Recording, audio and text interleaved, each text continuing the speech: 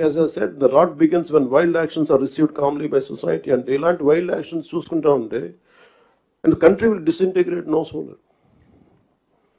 మీరు వెళ్ళి Kakinada సీపోర్ట్లో all of you had seen in 2008 how Kasab and this Pakistani terrorists had entered and created a mayhem in our nation, commercial capital.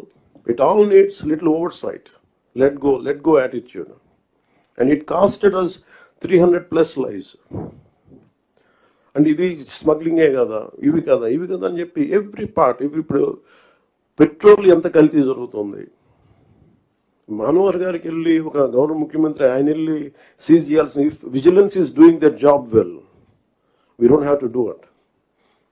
So మాకు ఇవన్నీ మా దృష్టిలో ఉన్నాయి. And ముఖ్యమంత్రి గారు మొత్తుకుంటా ఉన్నారు ఇసుకని స్ట్రీమ్ లైన్ చేద్దామని చెప్పి. మా అందరికీ కూడా క్యాబినెట్